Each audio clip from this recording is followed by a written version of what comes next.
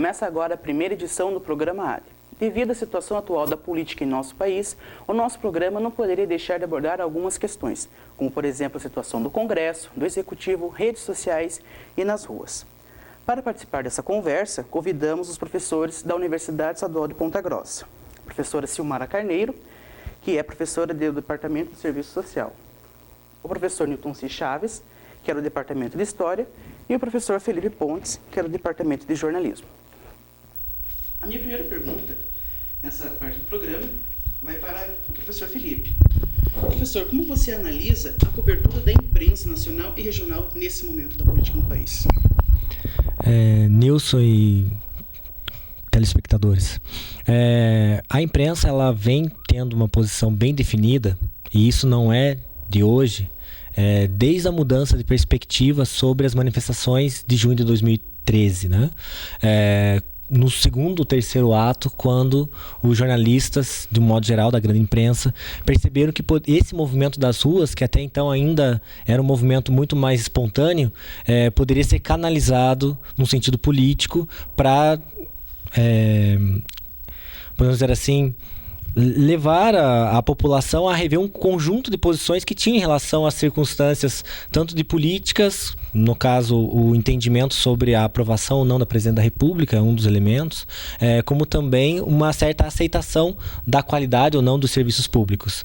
A imprensa começou então a fazer um jogo, a partir desse momento, entre aqueles militantes, aqueles manifestantes que eram civilizados, aqueles que lutavam por direitos sociais, e os vândalos do outro lado. Então acho que esse foi o primeiro corte que foi realizado nesse processo de cobertura da imprensa, e isso foi se acentuando, especialmente nos momentos de manifestação pró e contra a Copa, né, principalmente do pessoal que era contra a Copa do Mundo, e esse processo de cobertura da imprensa ele foi ganhando cada vez mais corpo, especialmente com o aumento das investigações e o processo de mediatização da judicialização do caso Lava Jato, né?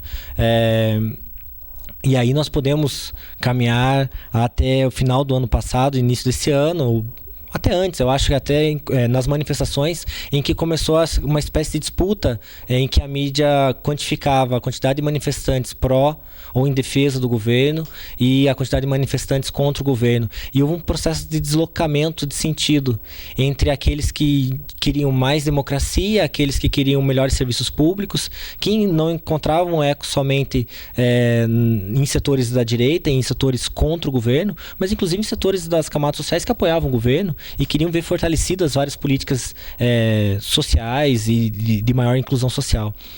Então começou a haver uma divisão, e o jornalismo ele acaba comprando essa divisão, podemos dizer assim, entre, ao invés de ser aqueles que queriam mais justiça social, né, contra não somente o governo federal, mas um estado de coisas no país que se arrasta há vários anos, e pegando inclusive um déficit histórico mesmo que existe no país em termos de políticas sociais, a imprensa passou a dividir entre aqueles que eram pró-governo e contra-governo, envolvendo daí diretamente o governo federal.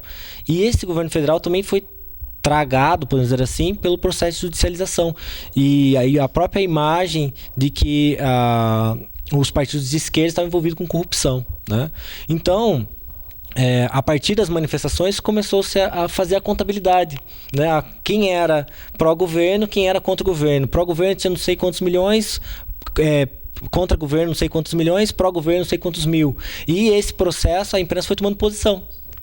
A grande mídia foi tomando posição a favor, digamos assim, de uma certa maioria, e pautando isso no político, sendo pautado pelo judiciário, pautando o judiciário, numa relação que não era benéfica, uma relação promíscua, né? Em que o judiciário precisava da mídia para ganhar mais força na investigação, e em grande parte uma investigação parcial, e por outro lado a imprensa que precisava do judiciário para também se partidarizar e também se posicionar, se posicionando numa escalada aí para a retirada desse governo, que culmina agora no mês de março, e já vem há algum tempo a deteriorização do governo, né, perante a mídia, e agora em março isso se acirrou ainda mais, né? Houve um processo em que a mídia canaliza e participa ativamente na produção dos fatos políticos do país, né? Se já vinha participando, isso há um histórico disso, agora ainda mais, né? E ficou muito claro nessas últimas manifestações, do dia 13, em que há uma pauta constante de chamada das manifestações, né? Um apelo muito grande para a imagem que poderia surgir do dia 13, e, por outro lado, uma desconstrução do que foi o dia 18, tentando indicar que foi forjado, tentando indicar que foram os sindicatos que puxaram, que existiam pessoas pagas naquele movimento, como se não existissem outros exemplos de pessoas pagas no outro movimento também, que a gente sabe que existe, ou como se não tivesse várias pessoas, vários movimentos legítimos no dia 18, tanto quanto o dia 13. Então, esse processo de acirramento, que o jornalismo também ajuda a construir, ele é canalizado para as várias vias da cotidianidade. Então há um processo de produção dessa disputa e um processo de retroalimentação também com a população. E o jornalismo dando essa dualidade. Você está contra o governo ou pró-governo? Você vai defender Dilma ou você quer derrubado de Dilma? E isso é extremamente problemático para o jornalismo. Então, o senhor quer dizer assim que ao invés da mídia ela mostrar o que está acontecendo na sociedade, ela está pautando a sociedade, é isso? Ela está produzindo acontecimento, né? O jornalismo e a imprensa da grande mídia, ela ao divulgar os acontecimentos, ela também, de certa forma, participa da produção desses acontecimentos, né? E ao participar de forma deliberada, tomando posição, deixa-se o jornalismo de lado, deixa-se um lado do jornalismo que pressupõe uma averiguação, né, uma apuração mais detalhada dos fatos, né, a checagem de versões, né, a contraposição ao declaratório. Então o que acontece agora é o judiciário traz qualquer informação contra os, entre aspas, indiciados, os ditos corruptos, e isso rapidamente vai para o holofote. E o caso mais caricato e mais importante nesse sentido foi o vazamento da gravação ilegal, né, da gravação entre Dilma e da fala de Dilma com Lula, em que o Jornal Nacional ele não produziu objetividade, ele não trouxe o conteúdo do diálogo para debate. O que ele produziu foi subjetividade. Ele produziu enquadramento. Então, mais do que você perceber que o conteúdo do que Dilma dizia para Lula poderia se referir a 5, 6, 7 possíveis versões para aquele acontecimento, você já pré-construiu que de alguma forma existia algum tipo de maldade, de corrupção naquele ato. Então aí, o que acontece? O jornalismo já está pré-construindo a subjetividade, que seria o lugar dos espectadores terem. Então, a partir do momento que o jornalismo ele não tem um equilíbrio entre o que é o conteúdo, a apuração, né, a sair do jornalismo declaratório, independente da fonte, e passa a assumir esse discurso e produzir subjetividade a partir desse discurso, sim, o jornalismo está construindo realidade, está produzindo realidade, está se pautando, é um ator social que toma uma posição muito clara. E isso se reverbera também para o jornalismo regional. Só entrando no segundo aspecto da tua pergunta, se você vai pegar o posicionamento do jornalismo de Curitiba hegemônico, você vai perceber, por exemplo, no sábado, há 2 sábados atrás, que a capa foi a campanha da FIEP. Entendeu? Vamos transformar o Brasil. E a campanha da FIEP que tinha lançado um manifesto um dia antes, dizendo que era pró-impeachment. Que tipo de jornalismo é esse? Isso não é um jornalismo isento. Você vai pegar aqui localmente como que foi a cobertura, mostrando as pessoas e mostrando vários políticos que têm débitos com a justiça, posando como pessoas incorruptíveis e que estão, na verdade, ali ao lado do povo denunciando um estado de coisas. Então, essa tomada de posição e esse enquadramento pré-determinado que transpassa a política editorial do veículo, né? Porque o jornalismo pode colocar na sua política editorial que é pró ou contra algumas coisas, mas de você transpassar isso da política editorial para a produção de notícias, você compromete completamente a função social que o jornalismo exerce no Brasil e na democracia. Ainda nessa mesma perspectiva de cobertura da imprensa, minha pergunta vai agora para a professora Silmara. Professora, na sua opinião, a cobertura da imprensa está impactando a democracia no país?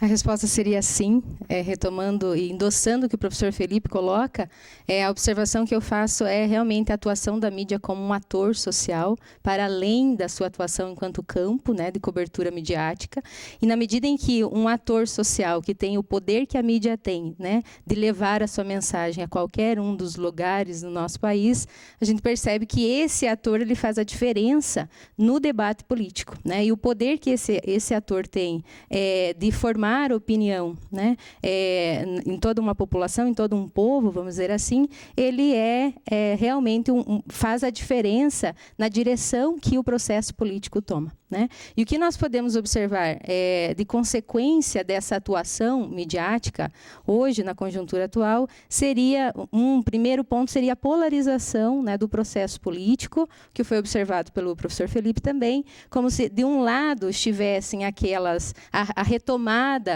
do cidadão de bem, de bom caráter, né? E aquele que se coloca numa outra perspectiva seria imediatamente colocado como um criminoso ou partícipe, né, de processos de criminalização da política. Então, esta moralização da política é uma consequência drástica para o processo político e é uma consequência hoje, efetivamente como um resultado do modo como a mídia se coloca no Brasil, né? Esse processo de polarização e esse, vamos dizer assim, o enquadramento que a mídia faz hoje faz com que nós retomemos algumas características históricas da política brasileira que arduamente nós temos tentado superar ao longo das últimas décadas, né? Uma delas seria o processo de personalização da política, né? Então, nós vemos hoje vilões de um lado, né, mocinhos de outro, e quando nós temos vilões e mocinhos, nós temos parte da população que se coloca de um lado ou de outro.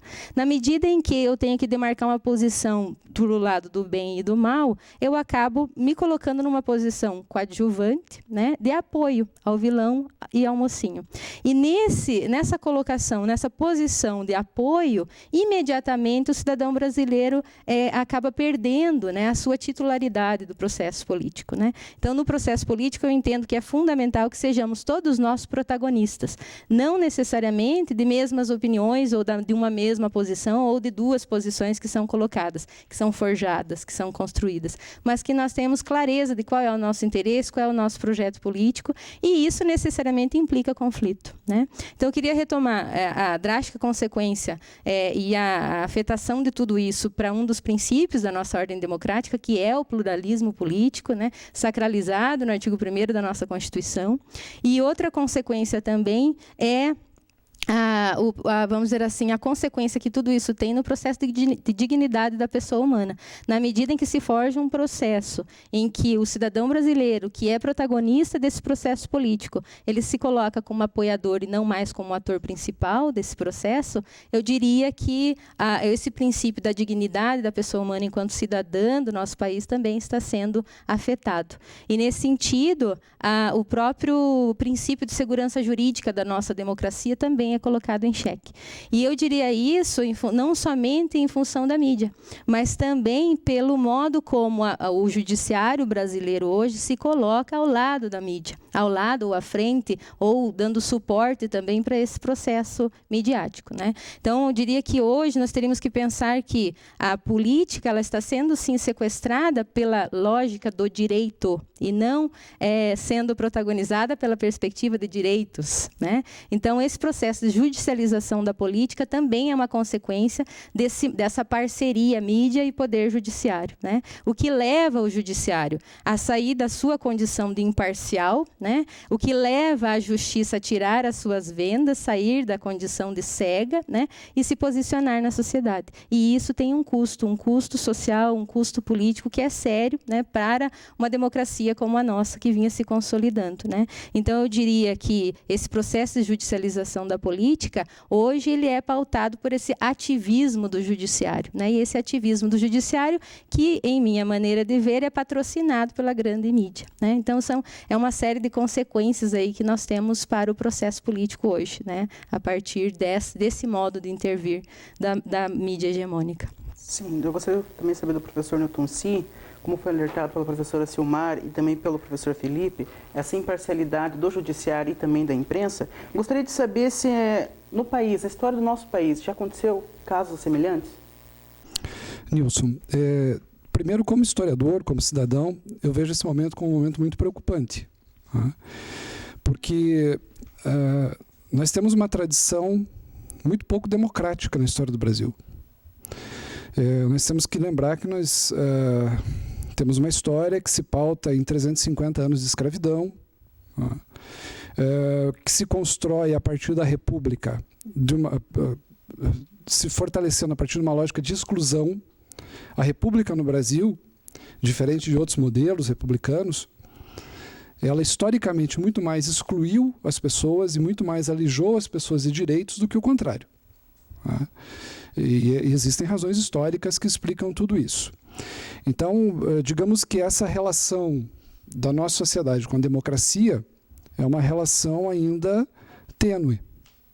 Me parece que há um pouco cuidado com essas questões que envolvem a democracia num país como o nosso. Isso por si só já é preocupante.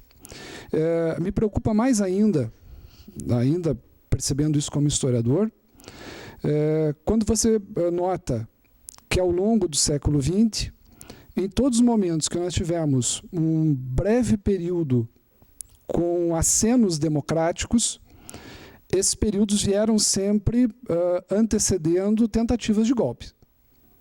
Por exemplo, tentativa de se impedir a posse do Juscelino Kubitschek em 50-51. O que levou ao suicídio, o processo que levou ao suicídio do Vargas em 54, tem um golpe claramente instaurado ali. Tá? O pior de todos, no meu entendimento, o cenário que está posto no começo da década de 60 e que vai redundar no golpe de 1964. E, infelizmente, em todos esses processos, nós temos a participação da imprensa. E me parece, salvo engano, que essa imprensa corrobora com esses arrobos golpistas. Se você pegar isso, no caso do Juscelino, e aí a gente tem esses 3 episódios, né? Juscelino, Getúlio e o golpe de 64, é um período curto, aí de 1 década e meia aproximadamente, nós temos um personagem central na história do Brasil, que é Carlos Lacerda, que é um homem de imprensa e que patrocina todas essas tentativas de golpe.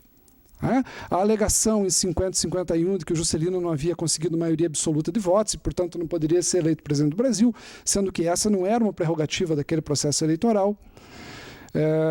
O Mar de Lamas, que chegava ao Palácio do Catete em 54, que leva a acusação do Mar de Lamas, né, um cenário que me assusta porque é muito parecido com o que se ouve hoje.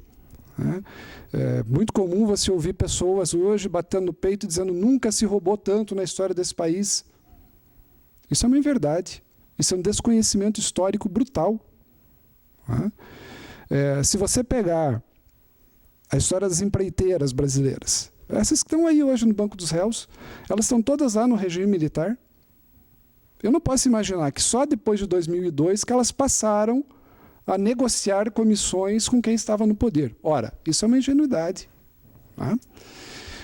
Então, assim, esse papel da imprensa apoiando golpes políticos no Brasil, infelizmente é algo que eu vejo se repetir nesse momento.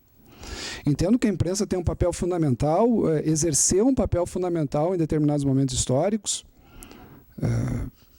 período final da ditadura militar, a retomada da normalidade política, a imprensa teve um papel importante, a Associação Brasileira de Imprensa foi uma instituição extremamente importante nesse momento, mas me parece que em outros episódios, e daí eu retomo o caso do Carlos Lacerda, por exemplo, entre 50 e 64, a imprensa assume muito mais o papel de um porta-voz, de uma porta-voz de processos golpistas, do que efetivamente de defensora da democracia. A grande imprensa, sobretudo. Por interesses que são financeiros, evidentemente, que são políticos, evidentemente. A publicação, por exemplo, ontem ou anteontem, da propaganda da Fiesp nos grandes jornais brasileiros é um exemplo disso.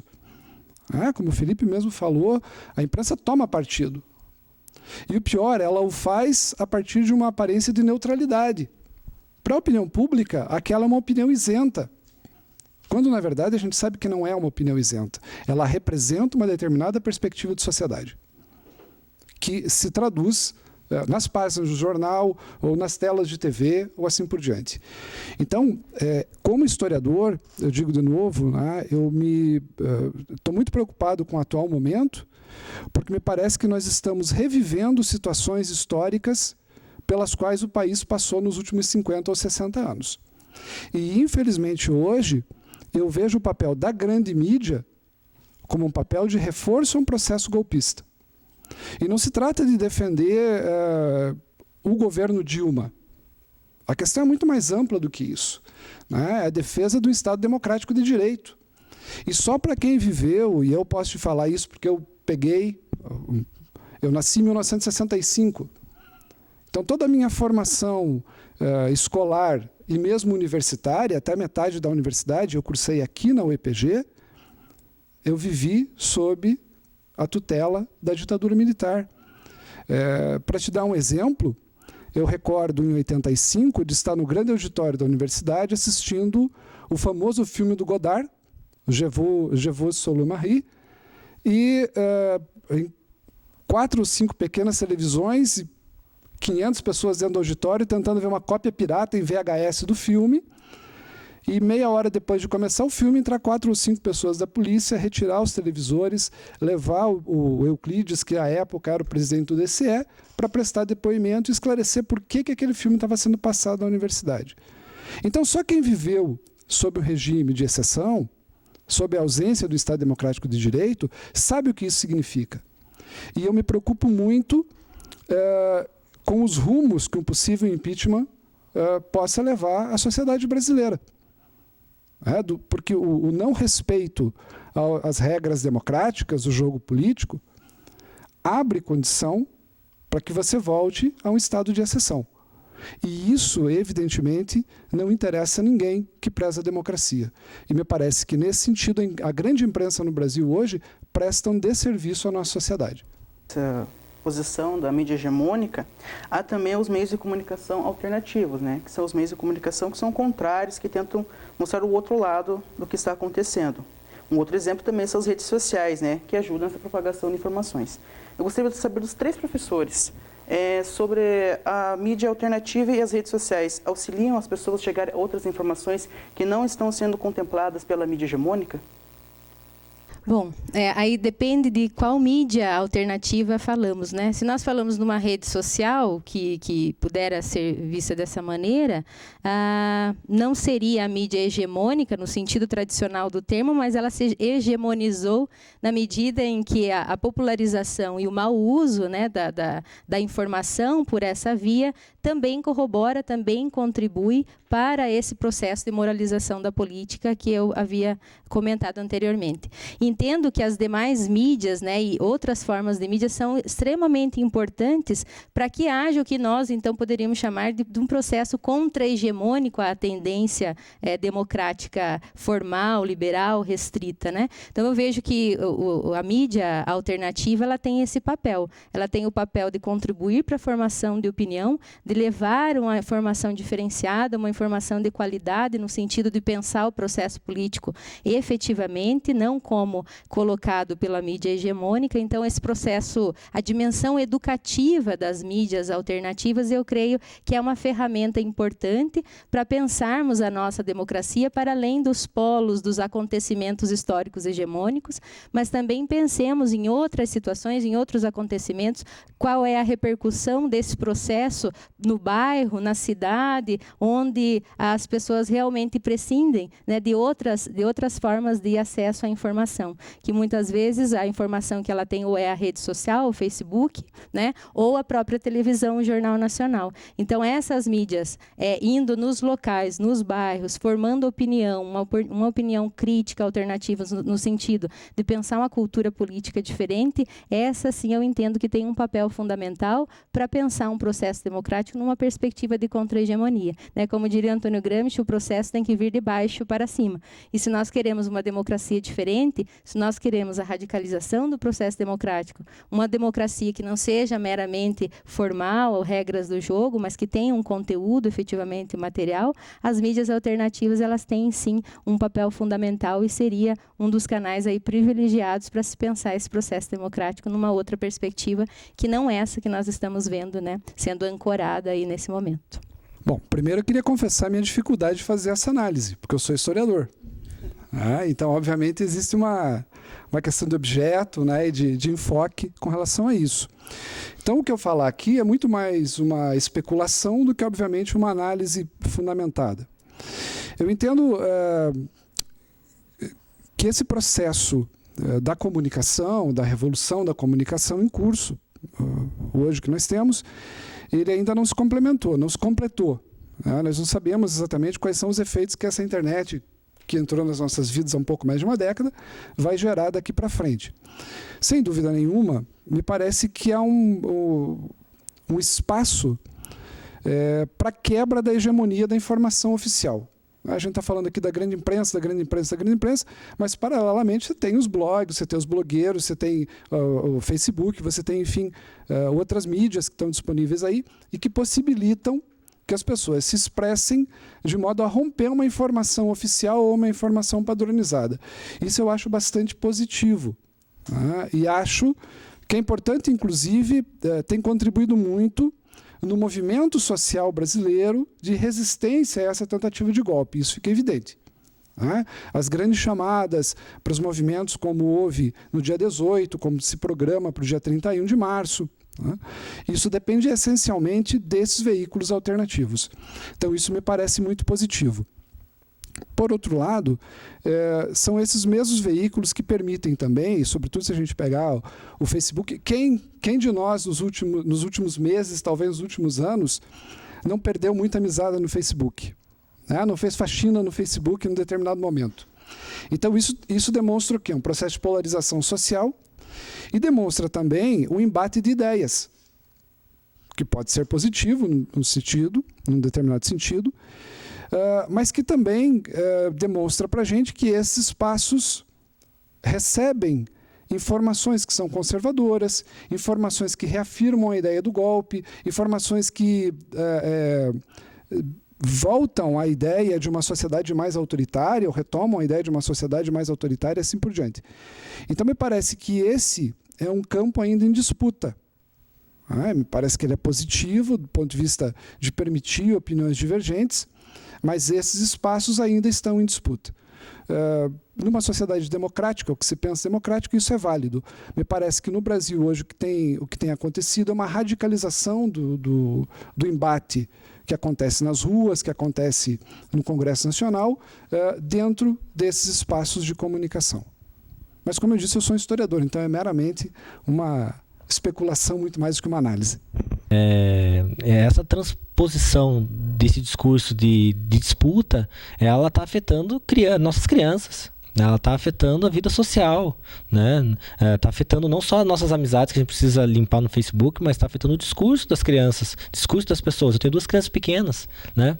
E aí você vai pegar relatos, por exemplo, de situação em que a criança é oprimida por ser chamada, ter levado coxinha pro lanche, entendeu?